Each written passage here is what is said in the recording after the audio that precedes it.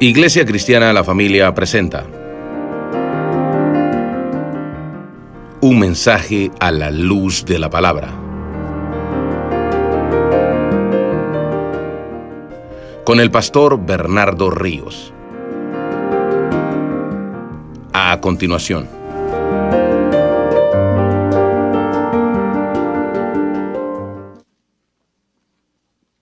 Y cuando lo encuentre vamos a estar en pie, hermanos. Juan 5, 25. Regáleme por favor un minutito en pie, si puede, si no, no se preocupe. Si por alguna razón no se puede poner en pie, no hay problema. Leemos la palabra y dice así: de cierto os digo, viene la hora, y ahora es, cuando los muertos oirán la voz del Hijo de Dios, y los que la oyeren vivirán. Vamos a orar y luego entonces vamos a analizar un pasaje pues largo hasta el final de este capítulo. Amén. Oramos. Padre, te doy muchas gracias por esta oportunidad, este privilegio de poder seguir predicando tu palabra, Señor. Creo en ti, creo en tu palabra, creo en tu verdad. Ayúdame a ser fiel, Padre, a la Escritura, a ser claro en lo que enseñamos, para que tu pueblo sea edificado, Señor, y no confundido. Te pido que esta enseñanza nos llene de esperanza, gozo, paz en el Espíritu, en medio de estos tiempos difíciles que estamos viviendo, Señor. Te damos todas las gracias en el nombre de Cristo Jesús. Amén. Amén. ¿Pueden sentarse, hermanos?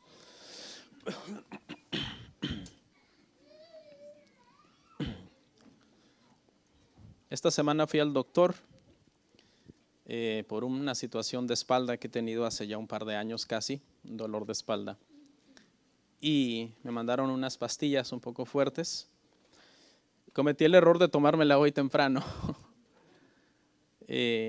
Son pastillas que de repente te resecan un poco la boca. De por sí los nervios le resecan a uno la boca un poco. Y luego con la pastilla más. Entonces les ofrezco una disculpa si me ven con problemas para tragar. Pero ténganme paciencia, amén. Bueno, el día de hoy, hermanos, continuamos con nuestra serie, el Evangelio de Juan. Nuestro tema ya es el 12 y vamos a terminar este capítulo. Prácticamente lo que estamos, hermanos, es retomando después del milagro en el estanque de Betesda, del paralítico, que lamentablemente resultó ser muy mal agradecido con el Señor y lo fue a denunciar con sus enemigos, con los judíos. Y en resumen, lo que aprendimos es que Cristo dijo en el pasaje anterior que Él era igual a Dios en persona, en obra, en poder, en juicio y en honra. Por lo tanto, no tenía por qué guardar el día de reposo, el sábado, porque el sábado fue dado para el hombre, no para Dios. Amén. Cuando Dios descansó en el séptimo día de la creación, no fue en el sentido de descansar del cansancio que le provocó los 6 días de creación, sino fue en el sentido de cesar su obra, de parar, de terminar. Y en ese sentido entonces santificó el día séptimo y lo bendijo. Y no era para él, no hizo el día para él en sí, sino que lo dio al hombre como un regalo, para que el hombre en un principio entonces de 7 días tome uno para dedicárselo al Señor. Usted está haciendo exactamente eso el día de hoy. Usted paró de toda su agenda para estar el día de hoy en la casa de Dios, lo cual es excelente, porque es un mandamiento. No congregarse de forma regular es un problema muy grave. ¿Okay? Las personas que no se congregan de forma regular, que no toman en serio la iglesia, por lo general, hermano, tienen serios problemas en todos los aspectos, empezando por los espirituales. Porque siendo honestos, hermanos, y sinceros y quitándonos la careta delante del Señor, yo creo que en una iglesia de 100 personas, de 100 familias, mejor dicho, de 100 familias, quizás 5 o 3 familias leen la Biblia en su casa y oran en su casa, siendo honestos. Por ejemplo, ahorita le voy a dar 1 segundo, 2 segundos para que en su mente recuerde cuándo fue la última reunión familiar en casa, donde se sentaron en la mesa, leyeron las escrituras, oraron, usted habló con sus hijos, les dio consejería, les dijo que si tenían alguna pregunta y trató de resolvérsela. Por ahí alguien va a decir anoche, o alguien más en su mente está pensando, ¿cuándo fue? Fue el jueves, ya me acordé. Pero la mayoría va a decir, eso nunca lo hacemos, eso no está en nuestro lenguaje o en nuestro modo de vida. Entonces, si a eso y mire que ya me fui por otro lado, si a eso, hermano, se le añade no congregarse, es la combinación de factores perfecta para el desastre espiritual. ¿Sí? Pero bueno, entonces esa es la importancia de un día de 7 para el Señor, y eso es lo que Cristo dijo en el pasaje anterior: yo no estoy obligado a guardar el sábado. Él trabajó en su ministerio. El trabajo de Jesús era su ministerio, ese era su trabajo de él. Entonces él trabajó normalmente los sábados, porque el sábado no era para él, por cuanto él era y es Dios. ¿Ok? Nuestro tema el día de hoy, hermano, se titula Testigos de Cristo, pero no se confunda con Testigos de Jehová. Alguien diría, ¿y cuál es la diferencia? ¿No es Jehová Dios y Cristo Dios? Sí, pero me estoy refiriendo a la secta de los Testigos de Jehová. No, eso no somos, ¿ok? Pero sí hemos sido llamados a ser testigos de Cristo.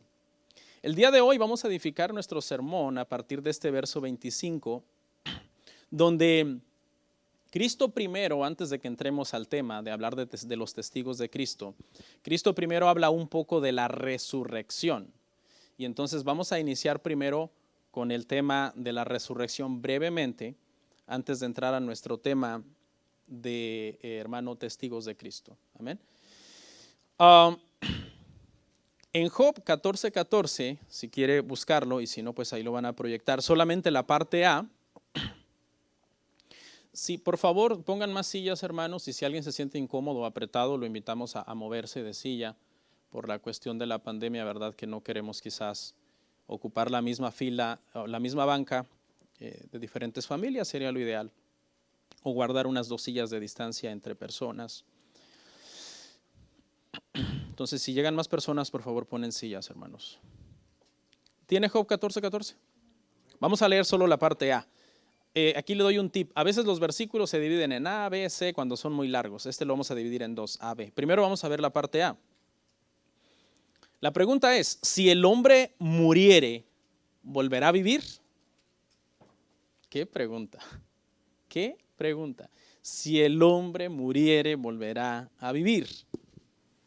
Muchas personas dirán tácitamente, no. Claro que no. Somos solamente seres materiales que tenemos un tiempo de vida y perecemos y dejamos de existir para siempre jamás. Los que son, por ejemplo, adeptos de la aniquilación total, que es una doctrina que se ha metido a la iglesia para negar al infierno. Otros dirán, no sé, ¿verdad? Quizás los gnósticos. Los gnósticos es un movimiento que dice, no hay suficientes pruebas para creer en Dios y afirmar su existencia, como tampoco hay suficientes pruebas de que Dios existe, ¿verdad? Que Dios no existe para negar tácitamente también su existencia. Así que dicen, no sé, quizás puede ser que no. Otras personas dirán, a mí no me importa. ¿Sí? Entonces vea los grupos de gente que dice no, como si lo supieran todo, como si ya hubieran ido allá y saben y les consta que no hay vida después de esta vida. Otros dirán que no les importa. Que no saben, y el tercer grupo quizás dirá, a mí no me importa, haya cielo o no haya cielo, o si el castigo por disfrutar mi vida y hacer lo que yo quiera en esta tierra es pasar la eternidad en el infierno, entonces me gozaré en el infierno, porque hay gente que así piensa y tiene esa mentalidad. Sin embargo, Para no quedarnos con las respuestas y especulaciones del hombre, la Biblia nos da una respuesta, hermanos, enfática a esta pregunta.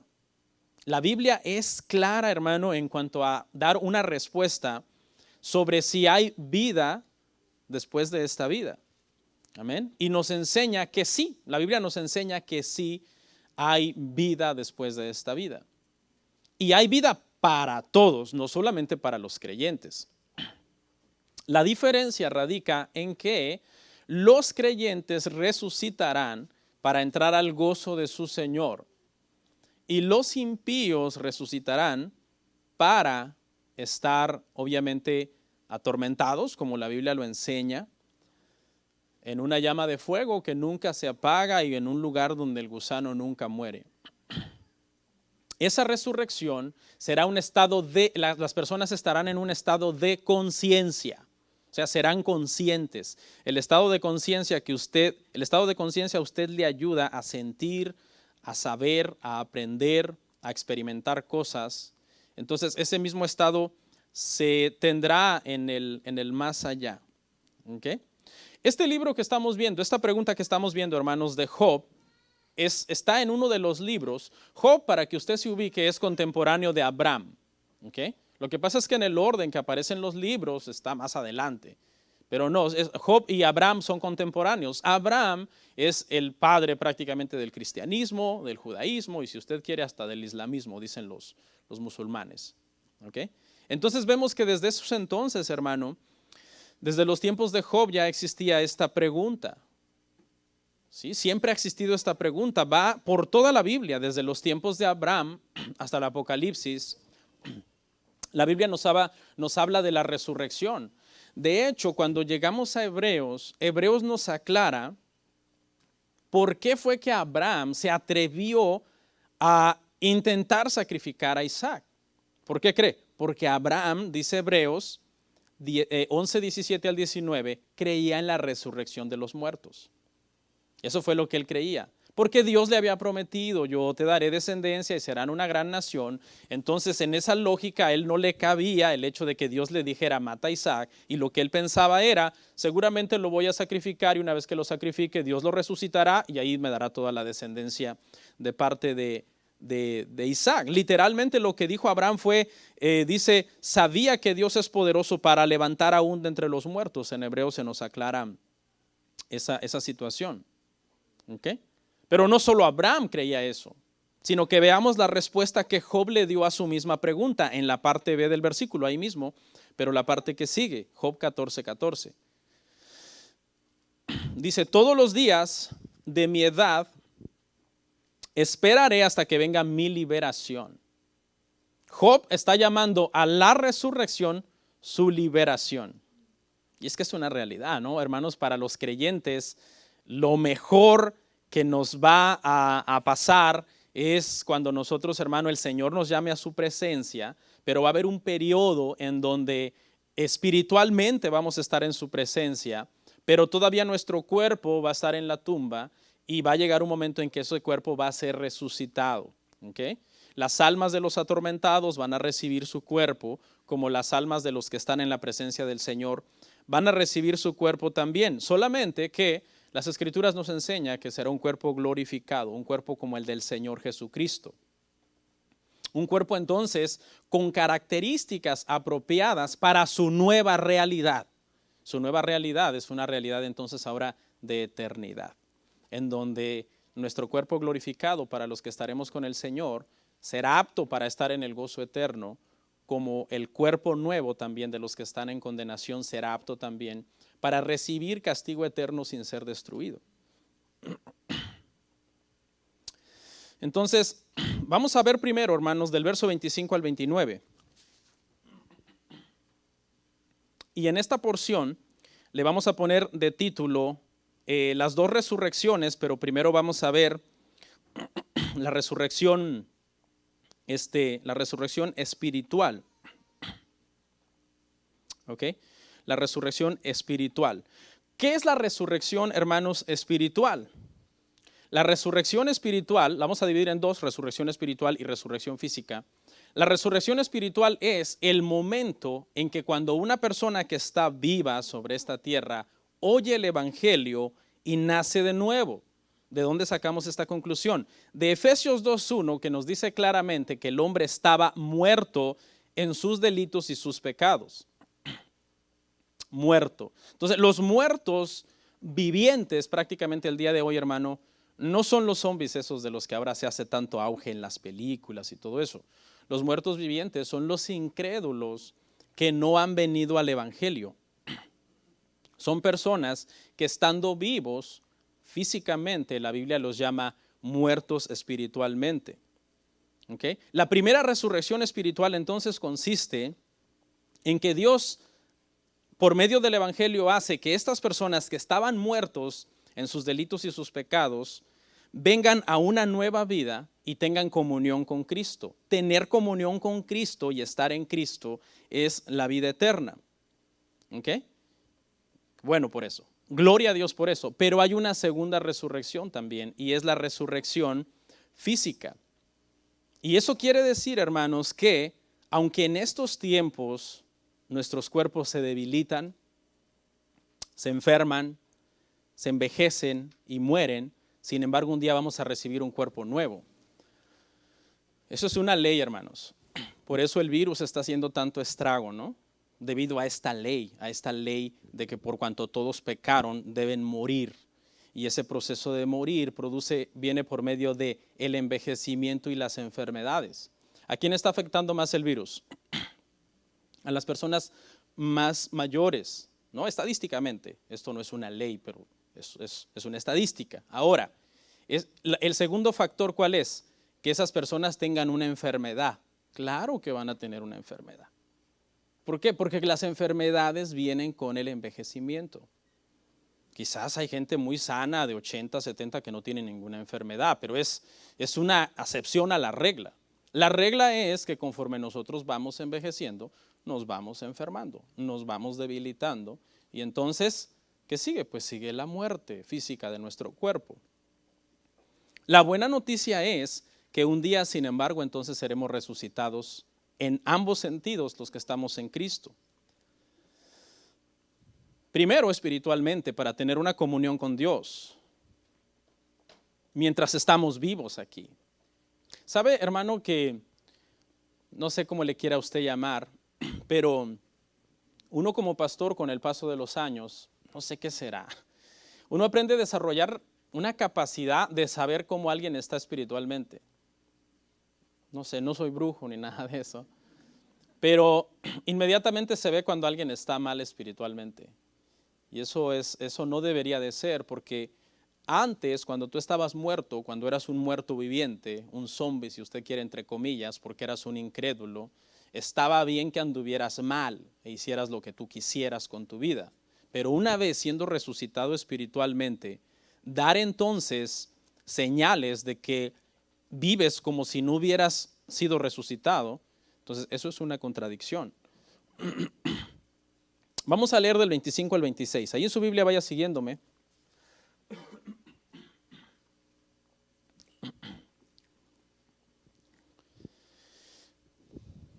De cierto os digo, viene la hora, y ahora es, cuando los muertos oirán la voz del Hijo de Dios, y los que oyeren vivirán, porque como el Padre tiene vida en sí mismo, así también ha dado al Hijo el tener vida en sí mismo.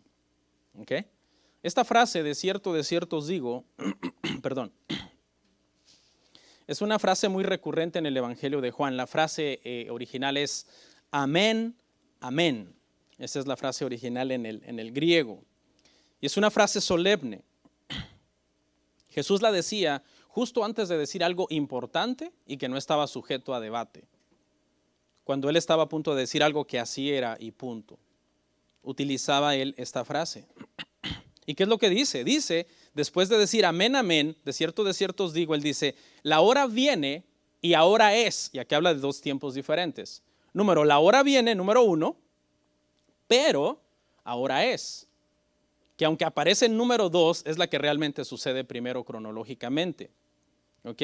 Porque la hora es, quiere decir acá en el verso 25, que Entonces los que están muertos espiritualmente, al oír el Evangelio, ahora pueden venir de muerte a vida espiritual. Por ejemplo, si usted hoy está oyendo el Evangelio aquí y usted se convierte, entonces aquí es donde aplica esta palabra. Ahora es el momento de venir a vida espiritual. ¿Okay?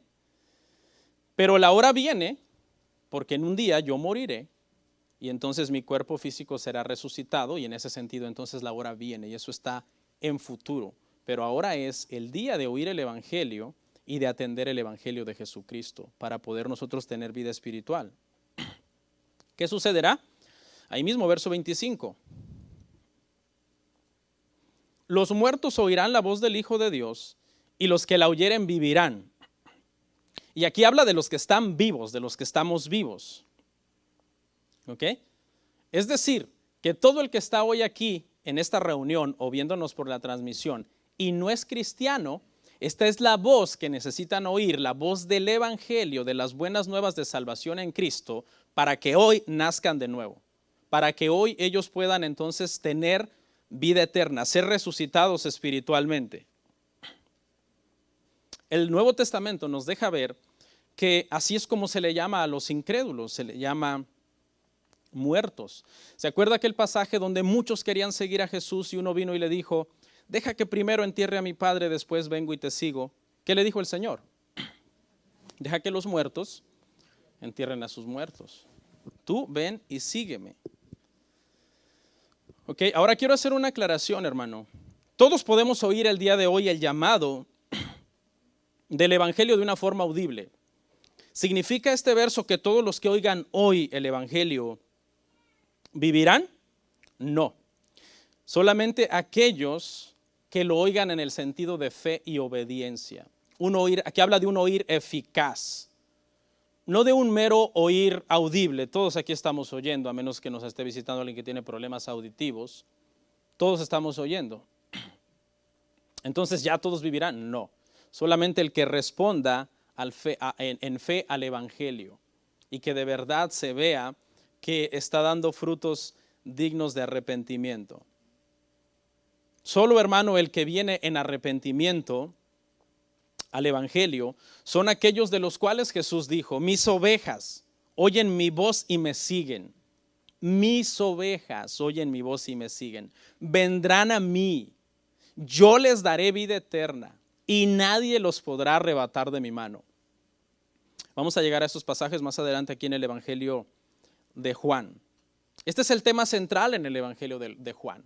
Predicar a Cristo como el Hijo de Dios para que los que crean en Él tengan ¿qué?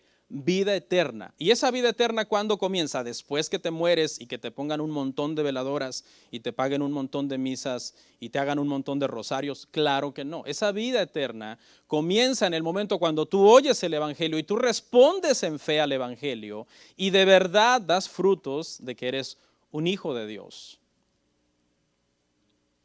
Dice, el Padre tiene vida en sí mismo, en el verso 26. Dios, hermanos, es el único que puede dar vida eterna porque Él tiene vida en sí mismo. Dios no necesitó que alguien más lo creara o que alguien más le diera vida. Es la fuente de la vida, por tanto es el único que puede dar, hermanos, vida eterna. Él y el Hijo, a quien ellos quieran, pueden dar entonces la vida eterna. Ha dado al Hijo tener vida en sí mismo, verso 26. Y una nota aclaratoria breve es que hay gente que insiste en que Cristo es creado y citan estas pequeñas porciones fuera de contexto, porque dice que el Padre tiene vida en sí mismo, por eso está en la capacidad de dar vida eterna, y también dice que le dio al Hijo el tener vida en sí mismo. Ya ven, fue creado. No, es que esto lo tienes que entender en todo el contexto de Juan, donde desde un principio aprendimos que en el principio, desde el principio era el verbo estaba con Dios y el verbo era Dios y ese verbo es Cristo Jesús. Entonces, en este punto, hermano, que estamos viendo el primer punto de la vida espiritual, vamos a concluir lo siguiente, hermano, en este punto, ¿ok? Que la resurrección espiritual está disponible desde ya. Eso es lo primero que vamos a concluir. ¿Cómo? Por medio de la predicación del Evangelio y de la respuesta al evangelio que cada una de las personas asuma. Ahí está la vida eterna. Y Cristo lo dice claramente, y el que a mí viene, yo no lo echo fuera. Toda persona que responda en fe al evangelio, Cristo mismo promete no echarlo fuera y darle vida eterna. Y esa resurrección está disponible desde ya. Esa es entonces la resurrección espiritual. Pero ahora vamos a leer del 27 al 29 para leer entonces acerca de la resurrección física, la cual es la hora que viene. Ahora es la resurrección espiritual, pero la hora viene también para una resurrección física. También le dio autoridad de hacer juicio por cuanto es el Hijo del Hombre. No os maravilléis de esto, porque vendrá hora cuando todos los que están en los sepulcros oirán su voz, y todos los que hicieron lo bueno saldrán a resurrección de vida, mas los que hicieron lo malo a resurrección de condenación. Cristo tiene autoridad de hacer juicio a la humanidad. ¿Por qué? Porque Él es el Dios hombre. Él fue perfectamente humano, perfectamente hombre en su vida en esta tierra, tentado en todo pero sin pecado, experimentó todas las vicisitudes que nosotros podemos experimentar, como sueño, cansancio, hambre, inclusive angustia cuando está a punto de ser crucificado, que es una angustia, hermano, sin precedente, yo creo. Que ningún hombre en la historia de la humanidad, para aquellos que están muy angustiados por el virus, ha sentido la angustia que Cristo sintió. Y tú dices, pero ¿cómo? ¿Por qué Cristo siente tanta angustia si Esteban muere alzando los ojos al cielo y diciendo, veo el cielo abierto y veo al Hijo del Hombre de pie ante Dios? Y está contento que lo están apedreando. ¿Por qué Cristo no está igual que Esteban? Traigan esa cruz y súbanme esa cruz y mátenme y gloria a Dios por eso. ¿Por qué está rogando con lágrimas que parecen, dice, grandes gotas de sudor también, que parecen como sangre? Por favor, si puedes, pase de mí esta copa, mas no se haga como yo digo, sino que se haga tu voluntad. ¿Por qué? Porque lo que está a punto de suceder en la cruz es una contradicción de la naturaleza. ¿Por qué? Porque es Dios, porque es santo y sin embargo llegará el momento en que llevará sobre sus hombros la carga de todos los pecados del mundo. Eso no lo llevaba Esteban sobre sus hombros, porque Esteban no murió por nosotros. Inclusive otros héroes de la fe que son de la era cuando ya el canon de la Biblia se cerró, como Policarpo, se relata que murieron cantando. Y tú dices, ¿eran más fuertes que Cristo? ¿Acaso no? Pero no eran los redentores del mundo.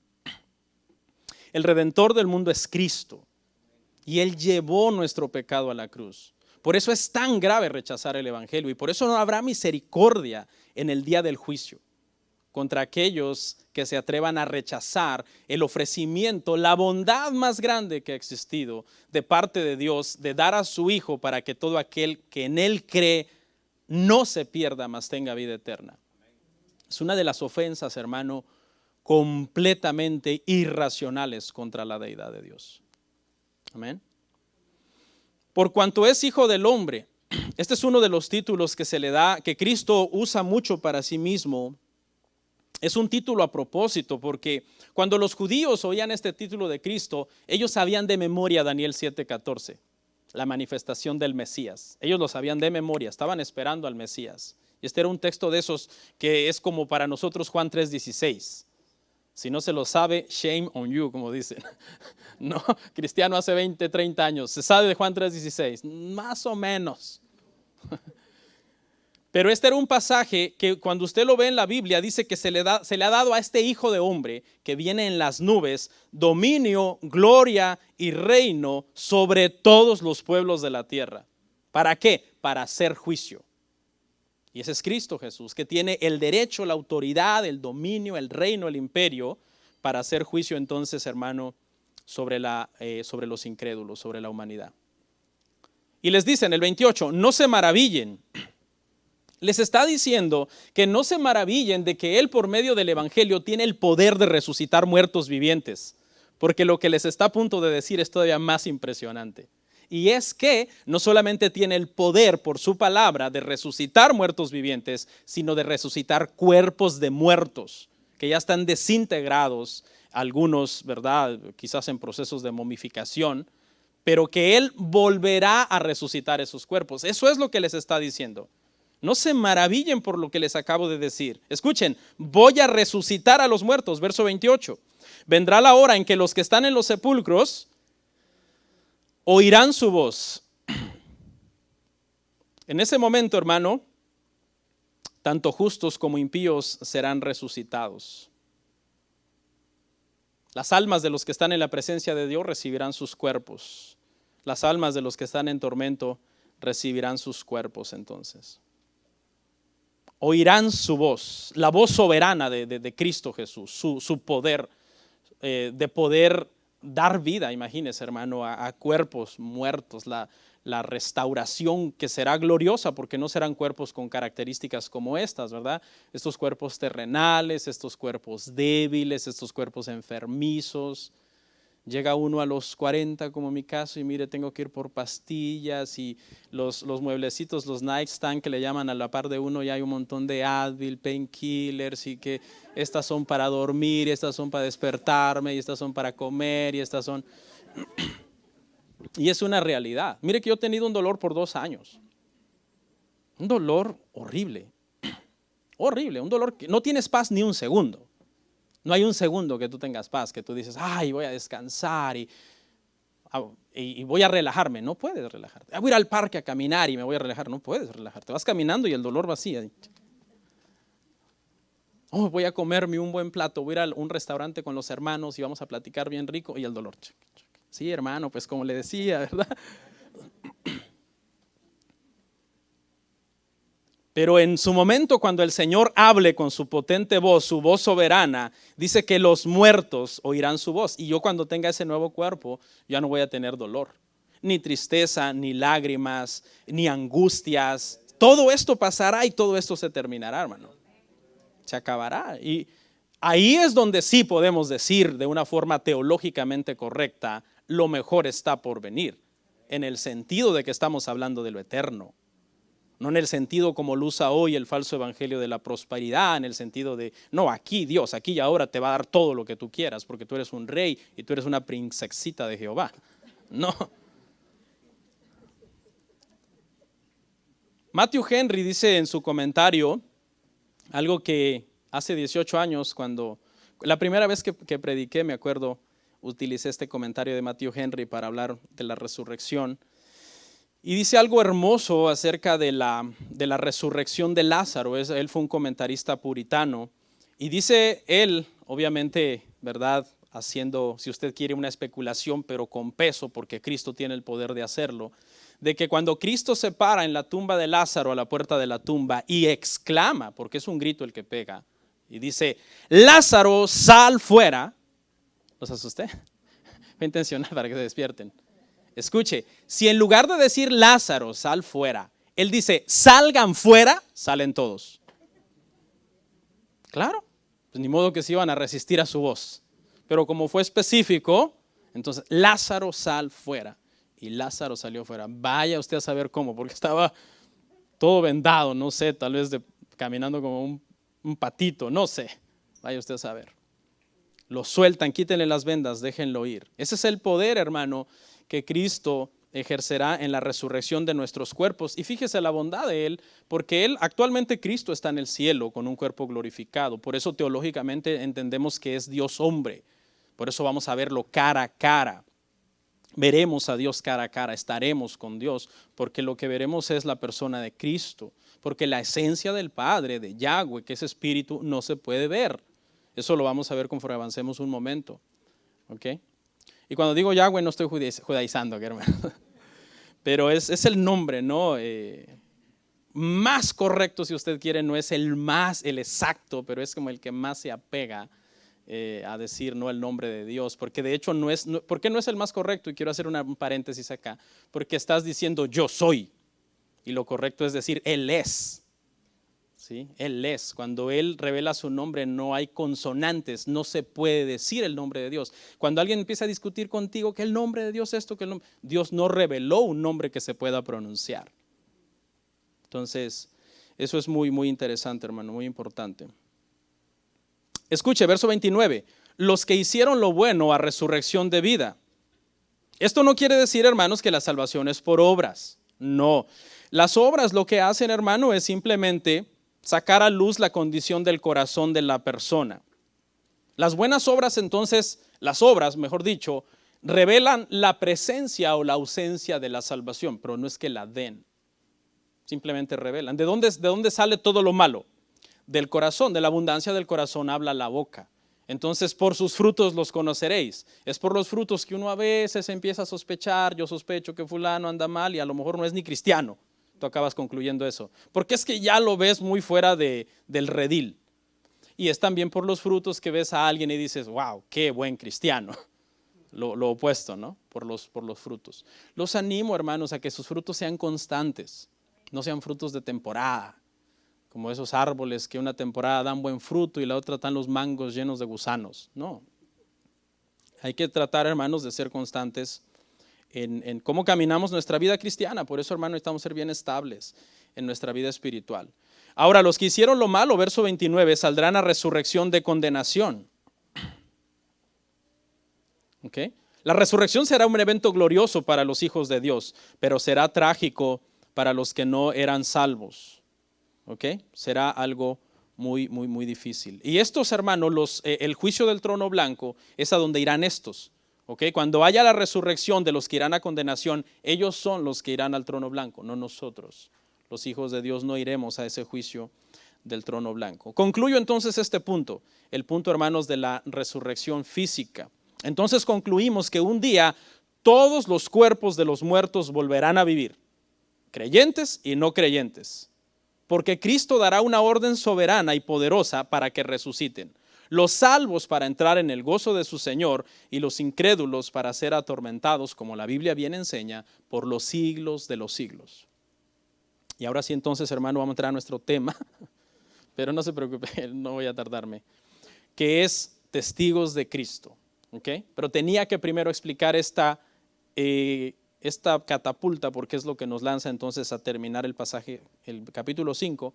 Ver los versos que restan, son muchos, pero no me voy a detener tan detalladamente. ¿Okay? Primero, leemos del 30 al 32.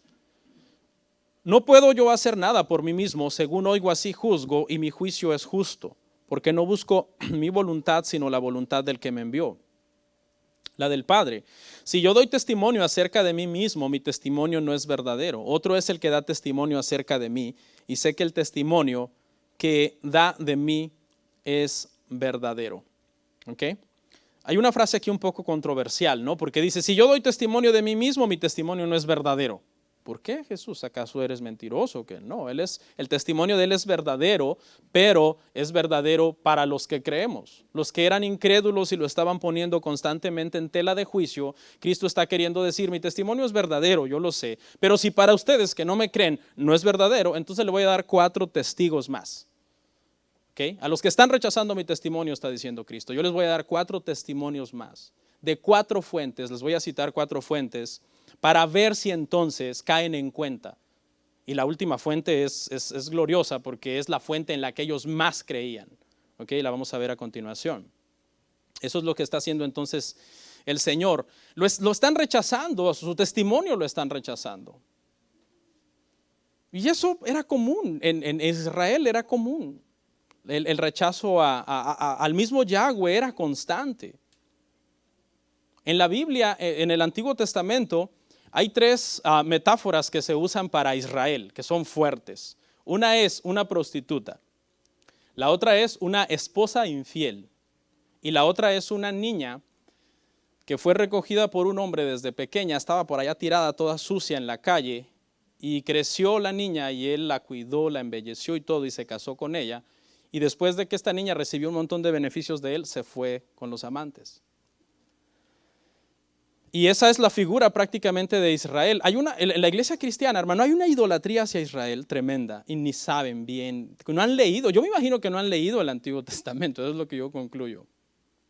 Pero realmente Israel es presentado como ingrato, como infiel, como rebelde, como traidor. Así es presentado Israel en el Antiguo Testamento. Y Dios como paciente, como misericordioso, como perdonador, como lleno de gracia. Fue por su gracia, de hecho, que él siguió manteniendo ese pacto que había hecho incondicionalmente con Abraham, porque el pacto de Moisés a cada rato lo violaban. Para que por la fe de Abraham, entonces al venir Cristo, nosotros pudiéramos ser salvos. Entonces aquí, hermanos, Cristo dice en el verso 32, otro es el que da testimonio de mí. Y aquí es donde vamos a ir cerrando, porque vamos a ver entonces 4 testimonios. El primero, Juan el Bautista, del verso 33 al 35, las obras hechas, 5:36, la palabra del Padre, 5:37 al 38, y las escrituras, 39 al 47. Empecemos con el primero. Lea conmigo el 35. Entonces el primer testimonio, el testimonio de Juan el Bautista, es el primer testigo. Juan 5:33 al 35. Vosotros enviasteis mensajeros a Juan, y él dio testimonio de la verdad. Pero yo no recibo testimonio de hombre alguno, mas digo esto para que vosotros seáis salvos. Él era antorcha que alumbraba, y vosotros quisisteis regocijaros por un tiempo en su luz. Ya hablamos hasta el cansancio, ¿no?, de Juan el Bautista.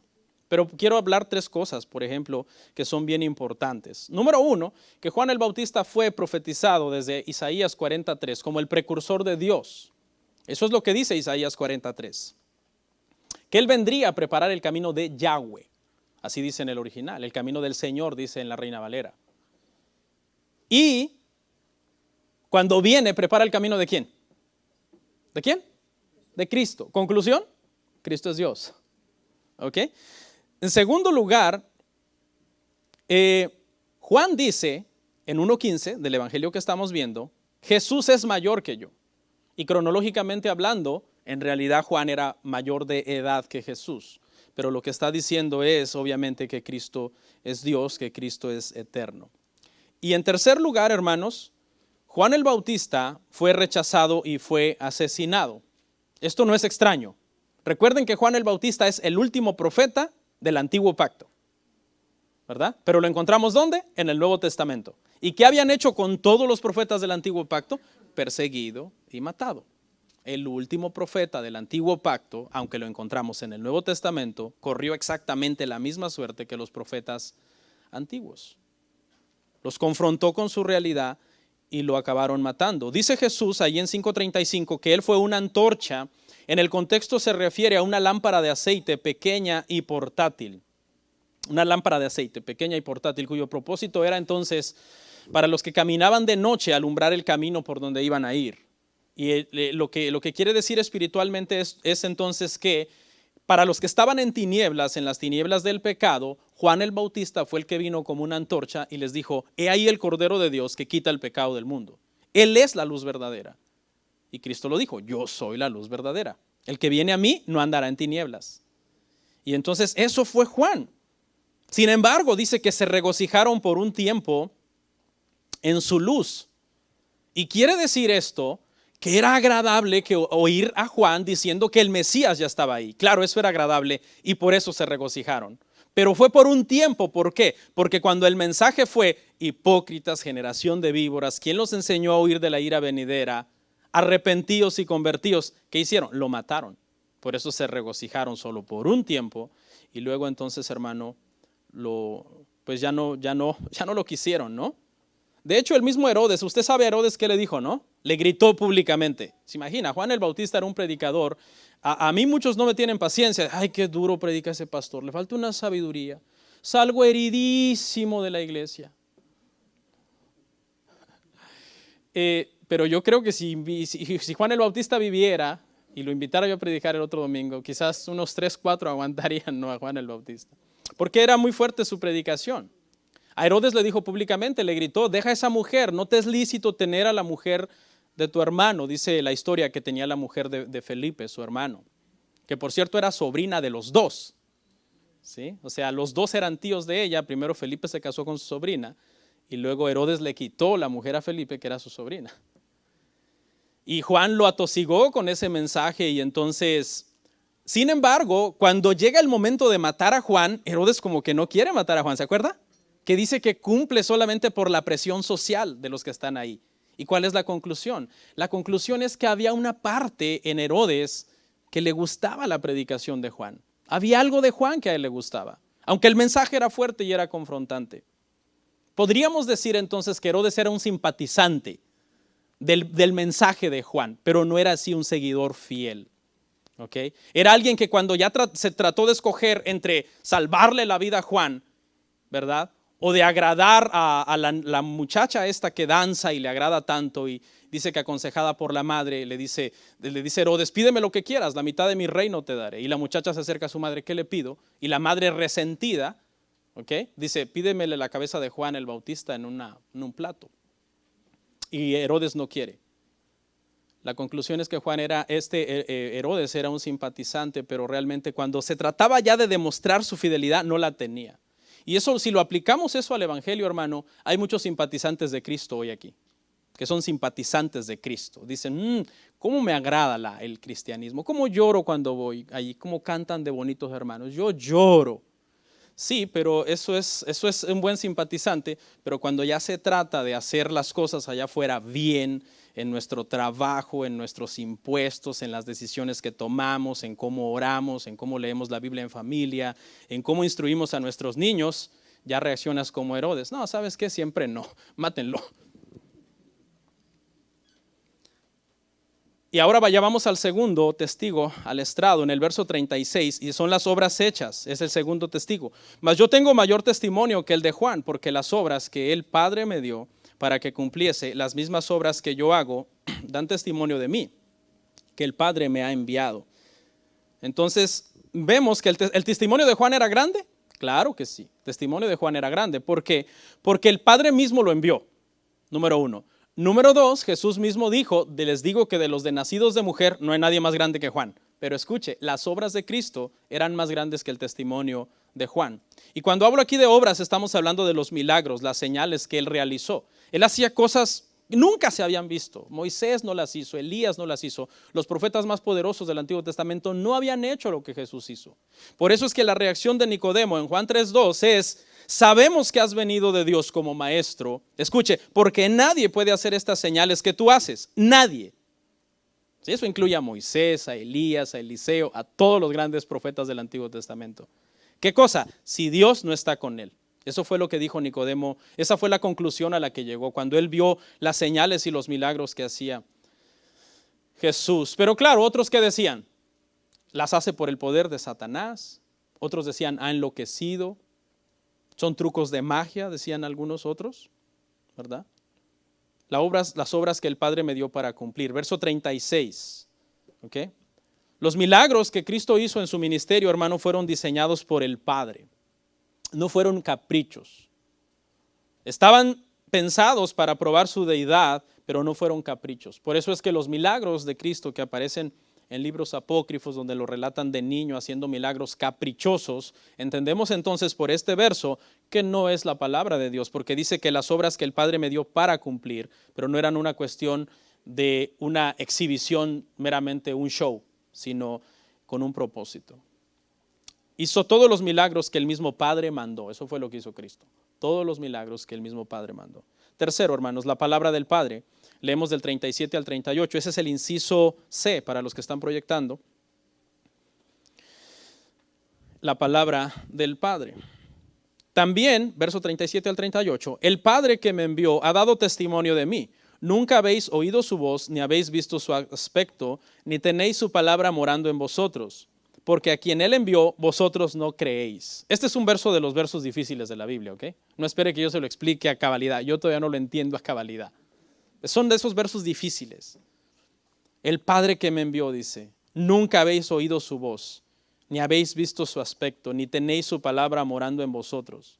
Y cuando nosotros vamos al Antiguo Testamento, nosotros encontramos, ¿verdad?, algunas manifestaciones físicas del mismo Dios, al mismo Moisés, a los profetas.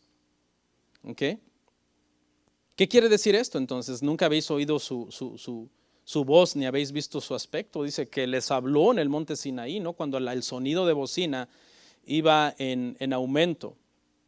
¿Qué es lo que hacía Dios entonces en el Antiguo Testamento? Para que entendamos esto, es, hermano, que Dios lo que hacía era ciertas manifestaciones físicas de su esencia, pero su esencia no se puede ver porque Dios es espíritu. ¿Okay? las manifestaciones que lo que Dios hacía era como bajarse al nivel de los hombres por medio de tipos para que ellos pudieran entender que Dios estaba entonces presente. Por ejemplo, Dios no es una columna de fuego, pero puede manifestarse de esa forma, sí, porque vemos que dice que así estaba en el tabernáculo. No es una nube, ¿no? Pero Dios le placía manifestarse. Dice que cuando Elías se mete en una cueva y viene un viento, un silbo apacible, dice que Dios estaba en ese viento, en ese silbo apacible. Entonces todas esas son manifestaciones. Pero realmente, hermanos, el punto que Cristo quiere establecer es escuche, para que resolvamos este enigma teológico Cristo está diciendo, si ustedes no creen en mí, que soy la última manifestación de Dios, que en mí habita corporalmente toda la deidad de Dios, eso quiere decir que ustedes entonces nunca han conocido a Dios. Aquellas manifestaciones pasadas, realmente ustedes nunca la entendieron y conforme avancemos vamos a ver un verso que comprueba esta interpretación. Eso es lo que está diciendo. Ustedes realmente nunca entendieron a Dios, ni oyeron su voz, ni vieron su aspecto, aun cuando Él se manifestó de cierta forma física para que ustedes lo pudieran ver.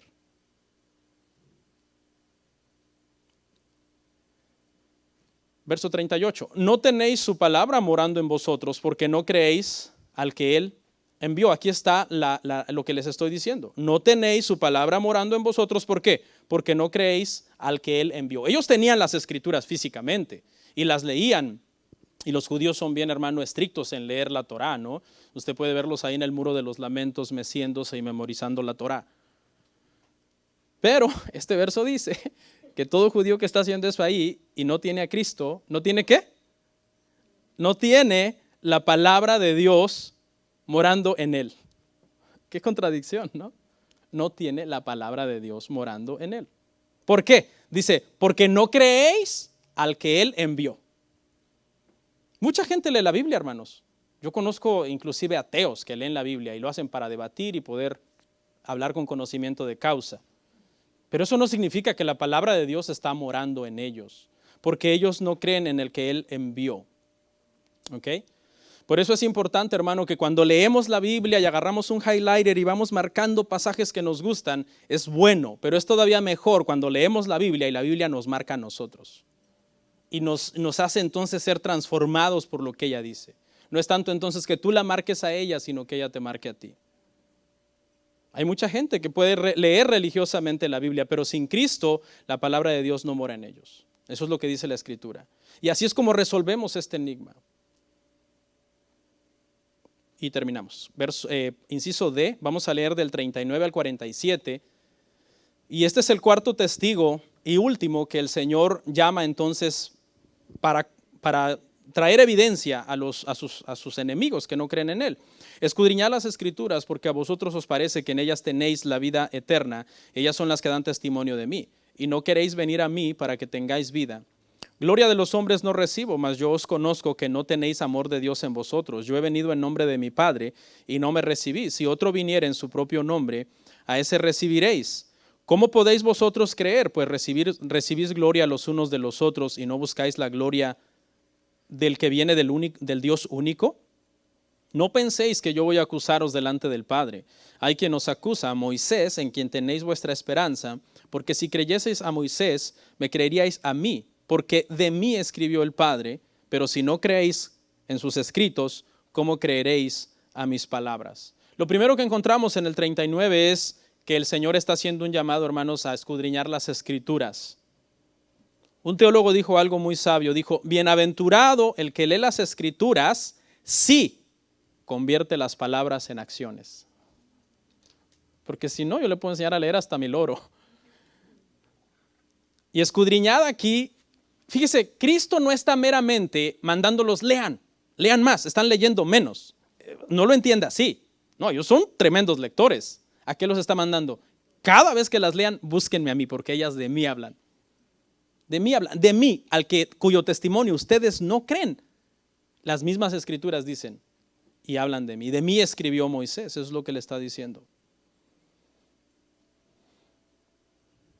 Hay movimientos que estudian cada línea, cada palabra, incluso cada letra, los números, numerología y ¿Qué querrá decir esto? No sé si ha oído un famoso documental que hicieron un estudio para codificar la Torá y encontraron que allá aparece el nombre de Hitler y aparece el nombre de fulano y que supuestamente están profetizados eventos del futuro. Bueno, eso en realidad no sirve absolutamente de nada si al leer esas cosas no se ve a Cristo en las Escrituras. No queréis venir a mí para que tengáis vida eterna, verso 40, hermanos. No queréis venir a mí para que tengáis vida eterna. Porque la vida eterna, la fuente de vida eterna es Cristo Jesús. Ellos leían las Escrituras, pero su lectura no terminaba en salvación, porque el que daba la salvación era rechazado por ellos. Por eso cada vez que leían, Romanos 10:2 dice, los judíos, dice Pablo, tienen conocimiento, pero no conforme a ciencia. Y lo que quería decir era que todo su conocimiento no les valía de nada porque estaban rechazando al Mesías. 41, gloria de los hombres no recibo. Y el sentido aquí obviamente es que Cristo no necesitaba gloria de los hombres para ser quien Él era. Él tenía toda la gloria del Padre. 42, yo conozco que no tenéis amor de Dios en vosotros. Ellos están tratando de tener una careta ante Cristo de muy espirituales, de muy sometidos a Dios, pero Cristo conoce el corazón. ¿Y qué les dice? Yo conozco su corazón, yo sé que ustedes no tienen amor de Dios en ustedes. Citando a Isaías, Cristo dijo en Mateo 15:8-9, este pueblo de labios me honra, pero su corazón está lejos de mí. Verso 43, vine en nombre de mi Padre y no me recibís. ¿Se acuerda cuando vimos Romanos? Aprendimos por qué no lo recibieron el pueblo. La élite religiosa fue la que más rechazó a Jesús. Pero ¿por qué el pueblo también, mucha gente del pueblo lo rechazó? Porque la lógica era esta. El pueblo común y corriente decía, si los eruditos, si la élite lo han rechazado, eso quiere decir que no es. Porque si ellos, que son bien sabios, lo aceptaran, entonces eso quiere decir que sí es. Y bajo esa lógica ellos rechazaron a Cristo. Dijeron, si Él fuera el verdadero, todo el mundo lo aceptaría, empezando por el sumo sacerdote. Pero el sumo sacerdote era más bien su archienemigo. Y Cristo dice, ahí, vendrán otros, dice, en su propio nombre y a esos ustedes recibirán. Yo vine en el nombre de mi Padre y a mí no me reciben.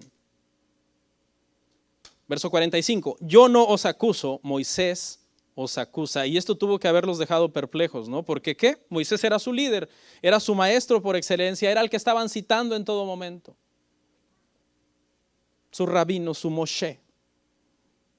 Estaban citando en todo momento a su Moisés. Y Cristo les dice, no, Moisés los va a acusar a ustedes, porque si ustedes creyesen a sus escritos, verso 46, creerías en mí, pues él escribió de mí. Leían mucho entonces a Moisés, pero no entendían lo que Moisés escribió, ¿sí ve? ¿Por qué? Porque si hubieran entendido lo que Moisés escribió, hubieran dicho, este hombre es el que ha cumplido todo lo que está escrito sobre él. Él es. En la transfiguración se aparecen, hermano, con Jesús Moisés, se aparece también Elías. Moisés representa la Torá, Elías representa a los profetas, todo el Antiguo Testamento está ahí, prácticamente representado. Y se oye una voz del cielo y dice el Señor, que dice, este es mi hijo amado. Hace un lado a Moisés Elías, este es mi hijo amado, señalando a Cristo, a él oíd. A él oíd. Para concluir, entonces, quiero decir 4 puntos, hermano, de por lo menos 4 ejemplos en los que Moisés escribió sobre Cristo. Moisés escribió en Génesis 28:12, en la visión de Jacob de la escalera, que ángeles subían y bajaban por esa escalera. En Juan 1:51, Cristo dijo que Él era el Hijo de Dios y que sobre Él ascenderían y descenderían ángeles. En Éxodo 16, Moisés escribió acerca del maná. Pero en Juan 6:49 al 51, Juan escribe que Cristo era el verdadero pan vivo de Dios, mucho mejor que el maná que había dado Dios por medio de Moisés en el desierto. En Éxodo 40, 34 al 38, Moisés escribió que la gloria de Dios vino a vivir en medio del pueblo en el tabernáculo. En Juan 1:14 aprendimos que Cristo se hizo tabernáculo entre los hombres, cuando dice que vino y habitó entre los hombres y vimos su gloria, gloria como del unigénito del Padre. Y por último, Moisés escribió en Números 21, 4 al 9, que era necesario levantar una serpiente en el desierto para que todos aquellos que voltearan a verla al ser mordidos vivieran. Y Juan 2:13 aprendimos que el levantamiento de Cristo sobre la cruz es mucho mejor, para que todo aquel que mire a Él en fe pueda ser salvo. Vamos a orar. Comparte, suscríbete, dale like. Gracias por tu sintonía. Hasta la próxima. Bendiciones.